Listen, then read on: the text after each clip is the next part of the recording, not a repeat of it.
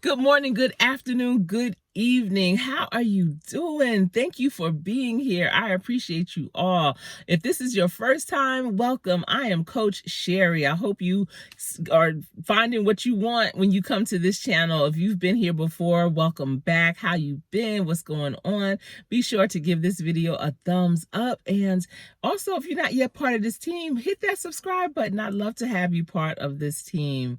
But this morning I was watching Carter's Eat, and as I was getting ready, and I just love what they're doing over at Carter's Eat. You know, they are 3 generations living under one roof, and they are definitely an example of how to make it all work.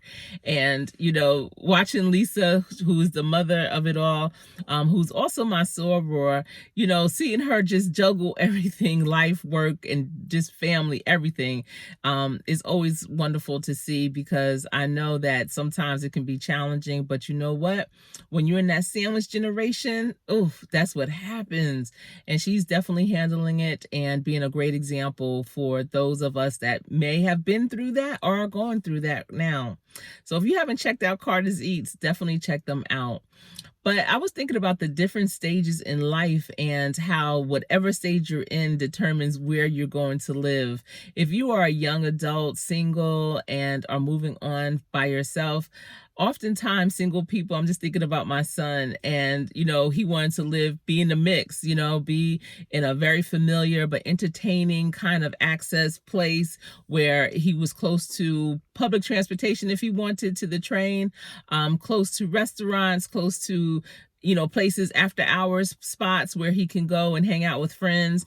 And, you know, that's important, being closer to the gym, you know, things like that. Those are the things that are on top of the mind. They're not thinking about schools or hospitals or doctors. You know, at that age, they're just thinking about, you know, easy access to just having and enjoying life. And then as you get older and you start to get into those relationships where you're starting a family, and now I'm talking to the people that I don't want to call you a nomad, but kind of like nomads, where you might move around. You're very transient. You know, I consider us very transient. We moved around quite a bit because of my husband's career, and then we just kind of got into the habit of it. You know, it's like we're not married to our dwelling. House is where the home is, which is where we are. So yes, you know, depending on what's going on where we at, we may move. And so a lot of people are like that. It's not anymore where people have lived in the same house for decades, 50 years. There are still a lot of people like that. But if you come down to the South and you see, you know, new areas popping up, things, you know, if you're not tied to any place, you could say, you know what, I want to live on a lake again, you know, so let's go. What's going on there? Or I want to live more in an urban area. I want to see what city life is like. All right, let's do it. What's going on? So, you know, I'm talking to people who are into that. But at any rate, when you get married and you start having children, I know for us, especially before we started having kids, and I remember when we moved to New Orleans, I was, you know, we didn't have children yet, but I knew we wanted to. I was like, how far is the hospital from the OBGYN, you know, that I'm a select, because I don't want to have to drive an hour or so to get to the hospital if I'm in labor. What's that like? So that was so important to me, because I just didn't want to be caught out there. And I think a lot of young couples consider that as well. And then as you start having children and they get older, you want to make sure that the school systems are good. So when we moved to Charlotte, our son was about 6, 7 months old. And I remember there was a notice in our community about the local or the nearby elementary school was having some type of open house.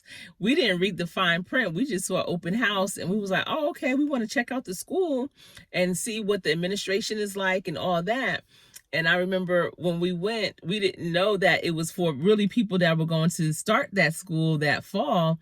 So we're walking around asking the same questions as someone who might have a kindergartner, you know, and the principal had this big discussion with all the families that were there. We really liked her. She was very personable. And back then, I'm telling y'all, my husband was so friendly. We used to call him Mr. Mayor because he never met a stranger. And so all the administration and the teachers, they loved him. And, you know, we was just making really good friends. And so finally the principal said, what grade is your student going to? And we had our son with us. So we looked down. We was like, this is our student. He's 7 months old. And she was like, what? You getting the process started early. We were like, yeah, we are. We are. And so we always kept our eye out on that school. However, by the time our son did start school, a closer school, newer school was built by our home. And that's where he ended up going. But that same principal from the other school became the new principal at the new school, and she remembered us, and we just had a great relationship with her, from that point on. But that was what was most important to us, the schools. Then as you get older, as your children start to move out, you might want to live closer to your business. You might want to live closer to your doctor's office. You don't want to travel as far anymore, because oftentimes when you're looking at those good schools, they'll be on the outskirts, the far outskirts of the city. And so then you start thinking, I might want to live a little closer to the city. I still want to have a little nightlife. So what does that look like for me? But I do want to be closer to my medical support. But then as you get even older, it's so important to live within a certain amount of distance, a close distance to your doctors, to those hospitals that can support whatever your needs are. And I really think that when you recognize as you get up in age that, I need additional support. How does that look? Does it come from family? Does it come from other medical type of support? Wherever it comes from, you need to live close to it. That's what I know. Because life is happening for everyone at different levels for different reasons. And, just experiencing what my husband and I experienced when we cared for my mother, when, he was going back and forth, caring for his dad. And, just having two parents alive now, I'm like, what? As a mature adult, as a seasoned adult, as a senior citizen at some point, it's going to be important to live near, especially if you have children, near those children that are going to take best care of you. So we've already decided that, as we get up in age, whatever child is going to have the availability to help support whatever needs we have, we're not trying to be a burden. We don't have to live with them. We will be someplace else, but close by. Whoever that child is out of our three children, that's who we're going to live near. If that means picking up and moving to a completely new place that we've never been, so be it.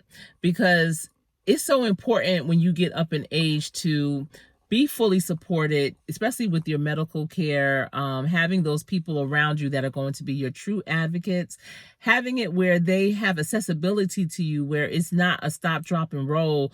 They got to pick up and do things away from their norm to assist you. And so looking at Carter's Eat, it definitely put me in that mindset of that sandwich generation and caring for your young children or yourself and your elderly parents. And so shout out to you, Lisa. You are doing a phenomenal job. I enjoyed your live this morning, and you are definitely going to, what did they say? Oh, may the life you live speak for you. I remember when I was caring for my mother, and one of her dearest friends used to always say that to me when she would come to visit. She would say, may the life you live speak for you, because not everyone will do what you're doing. And I know what that's like. Luckily, your parents are still vibrant and doing their thing, but I know that it's still everyone's under one roof and you are the queen, and you have to make sure all the pieces are moving properly, and you're doing a phenomenal, phenomenal job. But, just for those of us that are getting up in age, or, if you're in any of those stages that I had mentioned, just consider all the things that are around you, all the people that you may be impacting. I know that, you want to live the life that you want to live. Absolutely. I'm not saying you have to, readjust your life just to accommodate someone, but you need to be considerate, because even if you say, I'm not going to move near that child, I got it, I'm independent or whatever, consider what that child might be going through because you're not near them, the thoughts that they may have, the concerns that they may have because they don't know how you're truly doing. Consider that, absolutely, because that can be a stressor, and you don't want to add more stress by not being there and accessible. So, just take all those things into consideration. There's so many levels to this life, this game that we call life, and we just have to play the best we can. But I just wanted to come on here this morning and give Carter's Eat a shout out. Like again, I said, I was watching her, rocking with her this morning as I was getting ready. And I hope wherever you are, it is beautiful. Oh my goodness. In the Carolinas, we've been having some of the most beautiful, beautiful days. It's been in the 70s. Yesterday was like 74 degrees. The temperature is going to start dropping a little bit. We are going to start getting more rain. But, we're right around the corner from spring, but we definitely had a nice taste of spring earlier this week. And today's not going to be any different. It's going to be a beautiful day here. And again, I hope it's a beautiful day where you are too. Well, that's all I have for you today. Thank you so much for tuning in. And remember, stay safe. Thanks for watching. I am Coach Sherry.